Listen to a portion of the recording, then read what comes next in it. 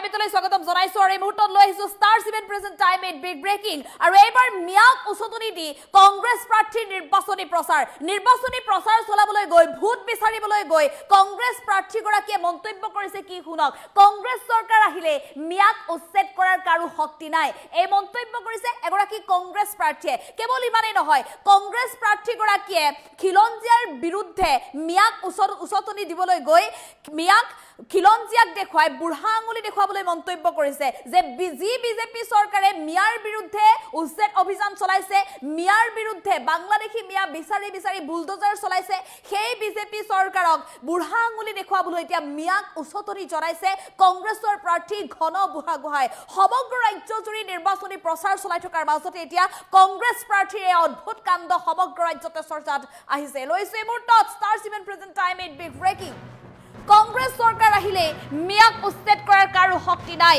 BJP চৰকাৰক প্ৰত্যাহ্বান জনাই মিয়াক উচতনি দি খিলঞ্জীয়া বিৰোধী মন্তব্য এইবাৰ এইগৰাকী কংগ্ৰেছ প্ৰাৰ্থীৰ নিৰ্বাচনী প্ৰচাৰৰ মাজতে খিলঞ্জীয়াক বুঢ়া আঙুলি দেখুৱাবলৈ মিয়াক উচতনি কংগ্ৰেছ প্ৰাৰ্থীৰ খিলঞ্জীয়াক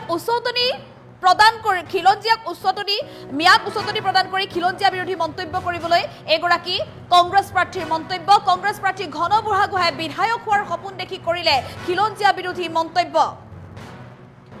বিজেপিয়ে সংখ্যালঘু ৰাইজক উচ্ছেদ কৰিম বুলি সকিয়নি দিছে বিজেপিয়ে সংখ্যালঘু ৰাইজক উচ্ছেদ কৰিম বুলি সকিয়নি দিছে বুলডোজাৰে ঘৰ ভাঙি দিম বুলি ধমকি দিছে এনে বহু বিতৰ্কিত মন্তব্য কৰিছে এগৰাকী কংগ্ৰেছৰ প্ৰাৰ্থীয়ে কিন্তু ভাৰতীয় জনতা পাৰ্টিৰ চৰকাৰখনে বৰ্তমান সময়লৈকে কেৱল মাত্ৰ বাংলাদেশী মিয়াৰ বিৰুদ্ধে চলাইছে উচ্ছেদ অভিযান কংগ্ৰেছ চৰকাৰ আহিলে সংখ্যালঘুৰ ঘৰ উচ্ছেদ কৰিবলৈ বিজেপিৰ সাহস নহব বুলি হুংকাৰ প্ৰদান কৰিছে মিয়াৰ ভোটৰ স্বাৰ্থত এনেদৰে এতিয়া খিলঞ্জীয়া বিৰোধী মন্তব্য কৰিছে কংগ্ৰেছৰ প্ৰাৰ্থী ঘন বুঢ়াগোহাঁই এগৰাকী লখিমপুৰ সমষ্টিৰ কংগ্ৰেছৰ প্ৰাৰ্থী ঘন বুঢ়াগোহাঁই নিৰ্বাচনী প্ৰচাৰ চলাবলৈ গৈ এনেধৰণে খিলঞ্জীয়া বিৰোধী মন্তব্য কৰা পৰিলক্ষিত হৈছে উল্লেখ কৰিব লাগিব যে শেহতীয়াকৈ ৰাজ্য চৰকাৰখনে ৰাজ্যৰ বিভিন্ন প্ৰান্তত বিঘাই মাটি অবৈধ দখলকাৰীৰ হাতৰ পৰা মুক্ত কৰিবলৈ উচ্ছেদ অভিযান চলালে ৰাজ্যৰ প্ৰান্তে বাংলাদেশী মিয়া বিচাৰি অভিযান চলালে কিন্তু সেই অভিযানৰ সুযোগ লৈ এতিয়া সংখ্যালঘুক সাঙুৰি মিয়াক উচতনি দি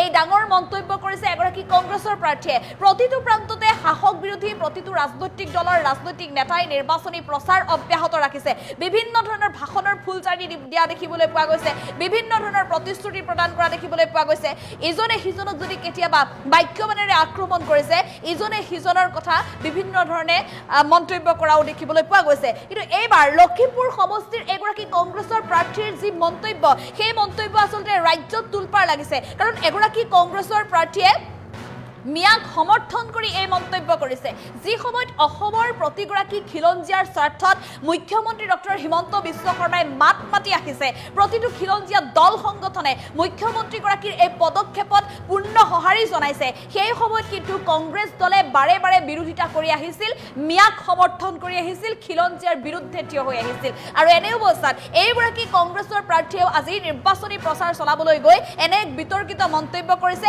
মিয়াক উচতনি প্ৰদান কৰিছে কিদৰে উচতনি প্ৰদান কৰিছে আমি আকৌ এবাৰ এই কথা বুজাব বিচাৰিছো যে কংগ্ৰেছ চৰকাৰ যদি আহে তেনেহলে মিয়াৰ ঘৰ উচ্ছেদ নহয় বুলি তেওঁ কৈছে আৰু কেৱল ইমানেই নহয় কংগ্ৰেছ চৰকাৰ আনি দেখুৱাই বিজেপিক বুঢ়া আঙুলি দেখুৱাব লাগে খিলঞ্জীয়াক বুঢ়া আঙুলি দেখুৱাব লাগে বুলি মন্তব্য কৰিছে এনেধৰণৰ অদ্ভুত মন্তব্য এগৰাকী কংগ্ৰেছ প্ৰাৰ্থী কেৱল মাত্ৰ ভোটৰ লালসাত ভোটৰ স্বাৰ্থত ভোট বিচাৰি প্ৰতিটো ৰাজনৈতিক দলৰ প্ৰতিগৰাকী ৰাজনৈতিক নেতাই বিভিন্ন ধৰণৰ প্ৰতিশ্ৰুতি প্ৰদান কৰে কিন্তু সকলো প্ৰতিশ্ৰুতিৰ উদ্ধত গৈ এতিয়া এগৰাকী কংগ্ৰেছৰ প্ৰাৰ্থীয়ে মিয়াক সমৰ্থন কৰি খিলঞ্জীয়া বিৰোধী মন্তব্য কৰিছে কি বুলি মন্তব্য কৰিছে আমি এই মুহূৰ্তত লখিমপুৰৰ কংগ্ৰেছৰ প্ৰাৰ্থীগৰাকীৰ সেই নিৰ্বাচনী প্ৰচাৰত আগবঢ়োৱা ভাষণ আছে ভাষণ আগবঢ়াবলৈ চেষ্টা কৰিম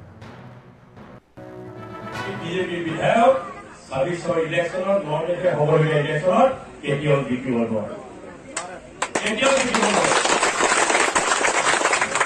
আজি তেওঁলোকে সংখ্যালঘু ৰাইজক উচ্ছেদ কৰিম বুলি ধমকি দিছে বড়োলেজৰ লগাই ঘৰ ভাঙি দিম বুলি ধমকি দিছে আপোনালোকে বুঢ়া আঙুলি দেখাই দিব মই কৈছো কংগ্ৰেছ চৰকাৰ আহিলে সিহঁতৰ তাকত নাই যে সংখ্যালঘু ৰাইজসকলক উচ্ছেদ কৰিব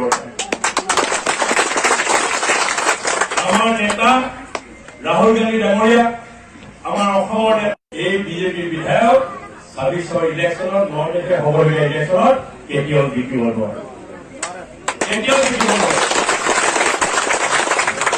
আজি তেওঁলোকে সংখ্যালঘু ৰাইজক উচ্ছেদ কৰিম বুলি ধমকি দিছে, বড়োলেণ্ডৰ লগাই ঘৰ ভাঙি দিম বুলি ধমকি দিছে। আপোনালোকে বুঢ়া আঙুলি দেখাই দিব। মই কৈছো কংগ্ৰেছ চৰকাৰ আহিলে তাকত নাই যে সংখ্যালঘু ৰাইজসকলক উচ্ছেদ কৰিব পাৰে। আমাৰ নেতা ৰাহুল গান্ধী ডাঙৰীয়া, আমাৰ অসমৰ এই বিজেপি বিধায়ক 26 ইলেকশ্যনত 9 তাৰিখে হ'বলগীয়া ইলেকশ্যনত কেতিয়াও জিকিব নোৱাৰে। আজি তেওঁলোকে সংখ্যালঘু ৰাইজক উচ্ছেদ কৰিম বুলি ধমকি দিছে, বড়োলেণ্ডৰ লগাই ঘৰ ভাঙি দিম বুলি ধমকি দিছে। আপোনালোকে বুঢ়া আঙুলি দেখাই দিব। মই কৈছো কংগ্ৰেছ চৰকাৰ আহিলে তাকত নাই যে সংখ্যালঘু ৰাইজসকলক উচ্ছেদ কৰিব পাৰে। আমাৰ নেতা ৰাহুল গান্ধী ডাঙৰীয়া, আমাৰ অসমৰ এই বিজেপি বিধায়ক 26 ইলেকশ্যনত 9 তাৰিখে হ'বলগীয়া ইলেকশ্যনত কেতিয়াও জিকিব নোৱাৰে। আজি তেওঁলোকে সংখ্যালঘু ৰাইজক উচ্ছেদ কৰিম বুলি ধমকি দিছে, বড়োলেণ্ডৰ লগাই ঘৰ ভাঙি দিম বুলি ধমকি দিছে। আপোনালোকে বুঢ়া আঙুলি দেখাই দিব। মই কৈছো কংগ্ৰেছ চৰকাৰ আহিলে তাকত নাই যে সংখ্যালঘু ৰাইজসকলক উচ্ছেদ কৰিব পাৰে। আমাৰ নেতা ৰাহুল গান্ধী ডাঙৰীয়া, আমাৰ অসমৰ এই বিজেপি বিধায়ক 26 ইলেকশ্যনত 9 তাৰিখে হ'বলগীয়া ইলেকশ্যনত কেতিয়াও জিকিব নোৱাৰে।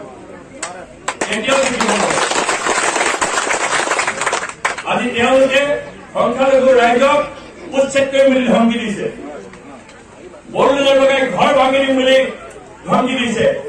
আপোনালোকে বুঢ়া আঙুলি দেখাই দিব। মই কৈছো কংগ্ৰেছ চৰকাৰ আহিলে তাকত নাই যে সংখ্যালঘু ৰাইজসকলক উচ্ছেদ কৰিব পাৰে। আমাৰ নেতা ৰাহুল গান্ধী ডাঙৰীয়া, আমাৰ অসমৰ এই বিজেপি বিধায়ক 26 ইলেকশ্যনত 9 তাৰিখে হ'বলগীয়া ইলেকশ্যনত কেতিয়াও জিকিব নোৱাৰে। আজি তেওঁলোকে সংখ্যালঘু ৰাইজক উচ্ছেদ কৰিম বুলি ধমকি দিছে, বড়োলেণ্ডৰ লগাই ঘৰ ভাঙি দিম বুলি ধমকি দিছে। আপোনালোকে বুঢ়া আঙুলি দেখাই দিব। মই কৈছো কংগ্ৰেছ চৰকাৰ আহিলে তাকত নাই যে সংখ্যালঘু ৰাইজসকলক উচ্ছেদ কৰিব পাৰে। আমাৰ নেতা ৰাহুল গান্ধী ডাঙৰীয়া, আমাৰ অসমৰ এই বিজেপি বিধায়ক 26 ইলেকশ্যনত 9 তাৰিখে হ'বলগীয়া ইলেকশ্যনত কেতিয়াও জিকিব নোৱাৰে।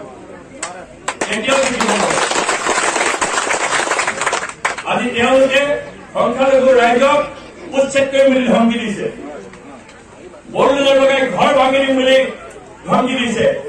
আপোনালোকে বুঢ়া আঙুলি দেখাই দিব। মই কৈছো কংগ্ৰেছ চৰকাৰ আহিলে তাকত নাই যে সংখ্যালঘু ৰাইজসকলক উচ্ছেদ কৰিব পাৰে।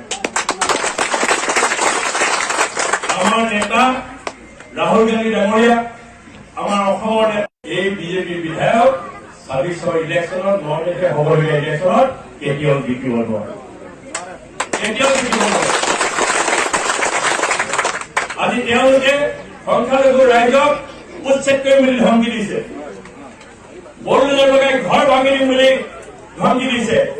আপোনালোকে বুঢ়া আঙুলি দেখাই দিব। মই কৈছো কংগ্ৰেছ চৰকাৰ আহিলে তাকত নাই যে সংখ্যালঘু ৰাইজসকলক উচ্ছেদ কৰিব পাৰে। আমাৰ নেতা ৰাহুল গান্ধী ডাঙৰীয়া, আমাৰ অসমৰ এই বিজেপি বিধায়ক 26 ইলেকশ্যনত 9 তাৰিখে হ'বলগীয়া ইলেকশ্যনত কেতিয়াও জিকিব নোৱাৰে। আজি তেওঁলোকে সংখ্যালঘু ৰাইজক উচ্ছেদ কৰিম বুলি ধমকি দিছে, বড়োলেণ্ডৰ লগাই ঘৰ ভাঙি দিম বুলি ধমকি দিছে। আপোনালোকে বুঢ়া আঙুলি দেখাই দিব। মই কৈছো কংগ্ৰেছ চৰকাৰ আহিলে তাকত নাই যে সংখ্যালঘু ৰাইজসকলক উচ্ছেদ কৰিব পাৰে। আমাৰ নেতা